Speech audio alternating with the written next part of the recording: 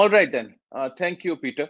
Thank you, everyone, for tuning in on our enterprise ransomware resiliency conversation. And thank you, Neehar, sir, for joining us today. Genuinely appreciate your time with us and look forward to some very interesting insights and perspectives in our chat, right? But before I set the ball rolling, I would want to take a minute to share some very important statistics and facts in the context of our topic today with the audience here, especially around the vulnerability lag. Right? So this year in September, Veritas conducted a global survey of more than about 2,000 IT leaders in across 21 countries, about 200 to 220 or so from India, right? And we all know that 2020 was a challenging year for most organizations, right? Organizations had a blueprint of digital transformation across three phases, across number of years, which actually suddenly collapsed down to months and even probably weeks in some cases, right? And amidst all this chaos, organizations had to reshuffle their priorities. Organizations had to check on mobility solutions for their employees with all this work from home scenario. The data was scattered everywhere. Organizations had to sort of ensure that the data that's scattered everywhere needs to be protected and needs to be compliant as well on the same time. Now, the survey also interestingly captures that about 58% of the IT leaders who are very confident of the changes that happened over the last 2 years in their organizations. But most of the organizations, um, they've done the changes, but they're not very confident, and they have the security deficit despite the changes. But the changes and the revamp that happened, they couldn't avoid it, right? In that process, the famous term of ROT data, which is the redundant, obsolete, and trivial data, actually bounced up quite a bit, right? If you look at it, take a step back and look at a broader perspective, only 16% is the business critical information that resides in the organization data. About 35 plus is about 50 plus is redundant, 35 plus is obsolete, right? But which part of that 16% and what is that 16% that needs to be captured? It needs to be a very well informed, well researched kind of a capture for the organization. So that went missing quite a bit in this 2 years time. So how vulnerable are businesses as a result, right? 98% of the organizations have experienced downtime in the last 12 months, and I can vouch for it because not only is it a capture in the report, but being a technical lead in a company like Veritas, which is the enterprise software leader, spanned over the last 3 decades and protecting some of the largest enterprise environments, we've seen many customers experiencing downtime over the last 2 years, right? So I can vouch for it. 64% organizations actually now focus on frequent patching and the security measures and so on. So now, to summarize, what the research ultimately shows is that organizations need to consider more robust methods of ransomware attack mitigation. It can be strong network vigilance, it can be frequent security updates, it can be encryption, it can be mutability storage, anomaly detection, air gap feature when you re-architect your solution, frequent disaster recovery SLs, whatever it takes, but needs to have a more robust method around the ransomware attack mitigation that cannot be ignored now. And again, if you look at from Veritas perspective, we suggest a layered approach across three pillars, which is protect, detect, and recover. Underpinning this approach is the fact that end-to-end data visibility is not only good now, it is crucial in today's time, right? And when an organization knows where the data resides, what the value of the data is, and how best we can capture and protect it, the risk is greatly reduced, right? This is the base requirement of a end-to-end data management solution, a unified platform, right? Now, for the audience on this fireside chat, right? You could think of this statistics as a marketing jargon. By in any other vendor virtual event which involves technology discussions. Now, I agree. Statistics can be a marketing jargon, but when the underlying trigger for transformation is as unplanned and of the magnitude that the pandemic was over the last 2 years, these statistics are definitely not marketing figures, but in fact, very well researched, very well informed insights for all of us to plan ahead and plan better for our respective organizations. Now, with that done, coming back to our conversation, Neeraj sir, you are an IT veteran, a CISO. You have seen it all over the past 25, 28 years, currently with a fintech organization that provides solution to exchanges, brokers, and banks. Now, that's a crucial hotspot to be in, right? Whether it's pandemic or even in general, that's a very crucial hotspot to be in. it will be very interesting to hear from leaders like you some of the best practical recommendations. So, can I request you to share your perspective on what we've learned over the last 18, 20 months as we've seen the cyber attacks escalate and evolve to a different level altogether? Yeah, a true once in a lifetime experience we all had. So much learning in such a short span of time, right? We all suddenly started working from home within a 48 hours notice. I feel the IT teams across the globe did a fantastic job in enabling business, pulling through these difficult times. There have been learnings on all fronts, from people working at different times, early morning workers and late night workers. Some like me, our day starts at 4:30 in the morning, and there are many whose day ends at 1:30 in the morning.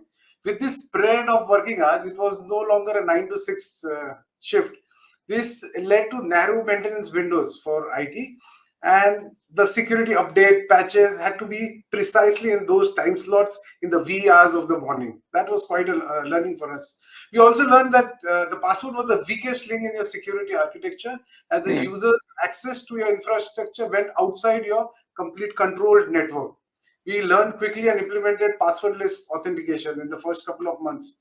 Quickly, the rate of cyber attacks increased and the users were more gullible at home. We needed an autonomous AI-based security detection and prevention response system. So within a year of researching with various Gartner reports and doing POCs, we implemented the same. This system now learns our user behavior and understand anomalies in that behavior and the network traffic. We also learned that the employees were quite happy to work from home first and later on wanted to return back to office. We envisaged that there would always be 50% always working from home in the near future. True, absolutely. And it's interesting that you should mention that because network and security considerations actually took a precedence because the data and the users from your organizations were moving out of your controlled environment to an environment that was not in your control, but needed to be in your control, right? Because that's your critical data.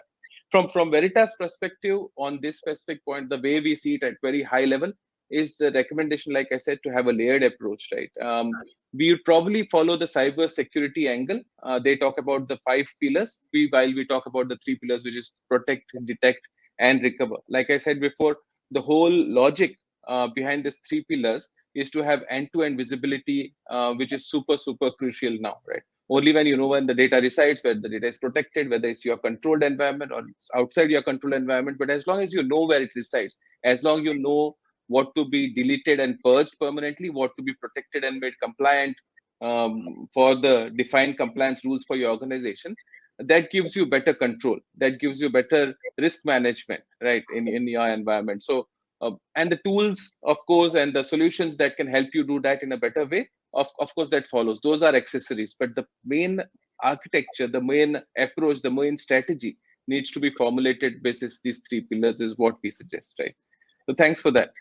Next, I would be keen to get your perspectives on managing attacks. Do you think, from a security perspective, is prevention possible at all? And once the attack happens, what should be done? Again, post attack, what are the steps to recovery? Can we actually fully recover?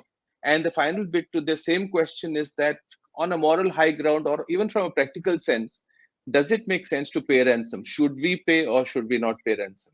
What's your view? Well, prevention is possible, but difficult without stringent processes. We say processes all the while. We all should understand that security and convenience are inversely proportional. Higher the security that you put in, lower the convenience for your users and the organization. So there's always a debate and a pull that you want more convenience and kindly lower it. Yes, but it is possible to prevent an attack.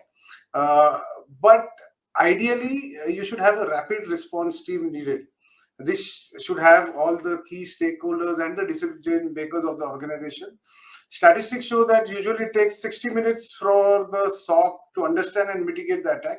This isn't enough. And mitigating this attack, a lot of data in that 60 minutes can be copied from your network, and the network workstation can easily be encrypted by a ransomware.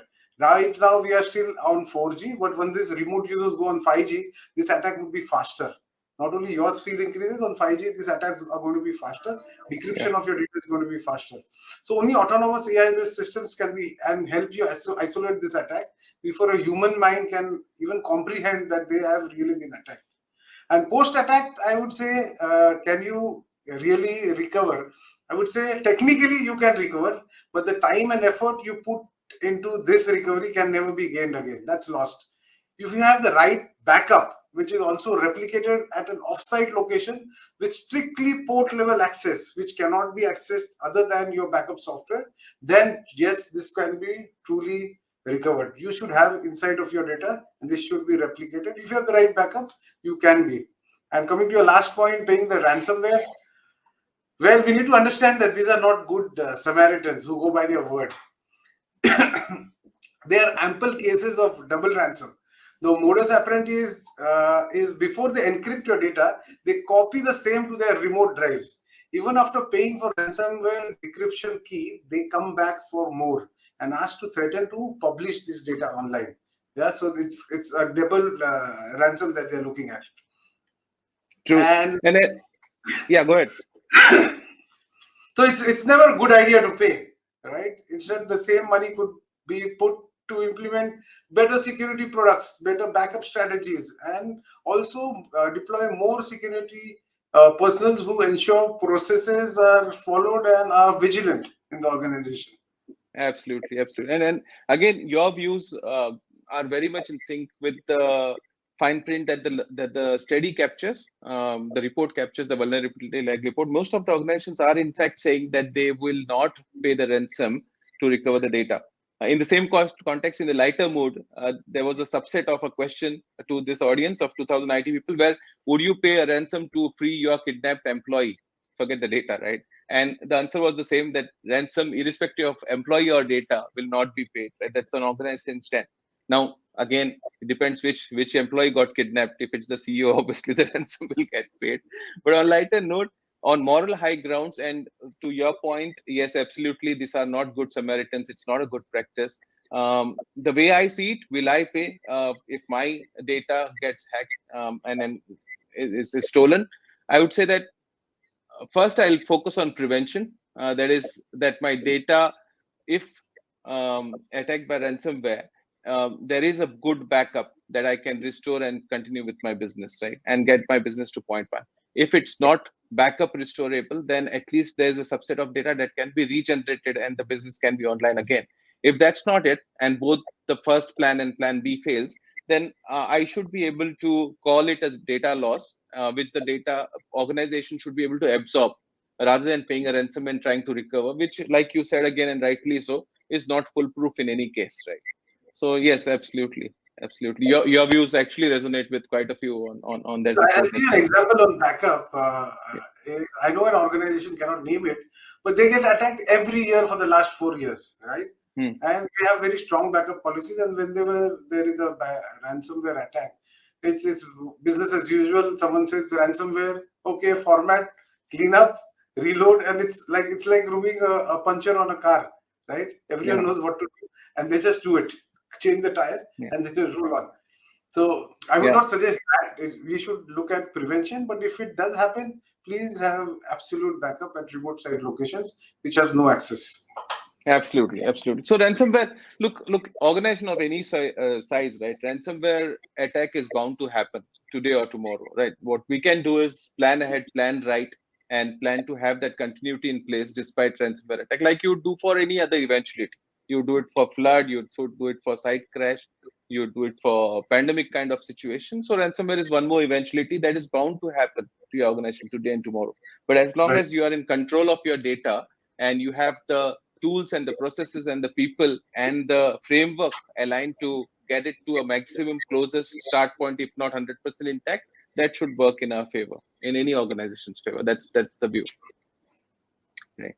And finally, I would like to share you to share your key recommendations on how to mitigate the ongoing risk. I mean, prevention is one thing, yes. If attacked, then recovery is the steps is one thing. But how can we actually have a plan to mitigate the ongoing risks? Well, I say it's all about ecosystem. Yeah, a healthy cyber ecosystem operates via layered defenses and countermeasures that work in tandem, much like the antibodies responding to a virus in a body. The ecosystem works from within the body, the corporate network, covering all vital functions, the whole enterprise. learns, adapts, and remembers, identifies and monitor threats, analyzes and remediate, watch and prevent, and responds quickly. That's your intervention. And I would say the key parts where you should look at is hygiene, visibility, threat detection, prediction, and the most important, a trusted security partner. Yeah. Absolutely, yeah. That's very well placed, yeah, sir. Thanks a lot for that, because that's the crux of whatever you plan ahead. This actually is the crux of what you can do in that scenario. So from Veritas perspective, just to sort of augment to what you said, like I said, we operate under three pillars: protect, detect, and recover. The underlying theme is to have end-to-end data visibility, irrespective of where it resides, because only when you have that can you do a proper data management, right? That's true. And we always had expanded solutions across all these three pillars, because we are not a fly-by-night operator. We've been here for 3 decades now. Any customer that you look at it, the top 10 of 10 in any vertical is on Veritas in some form or the other. And it's mutual, because we learn from them.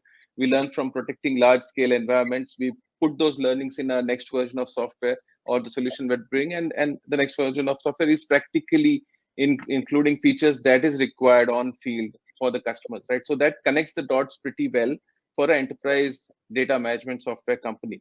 But although we had expanded solutions, we are taking it a step ahead. So for example, last summer, we took the protect phase and grew it, like we added the immutability feature in our Flex 2.0 platform, right? From a security perspective, it's agnostic to storage. And with Flex, we don't only support the full solution, but we also support the OST platform, say like S3 objects, like from AWS in the cloud, for example, right?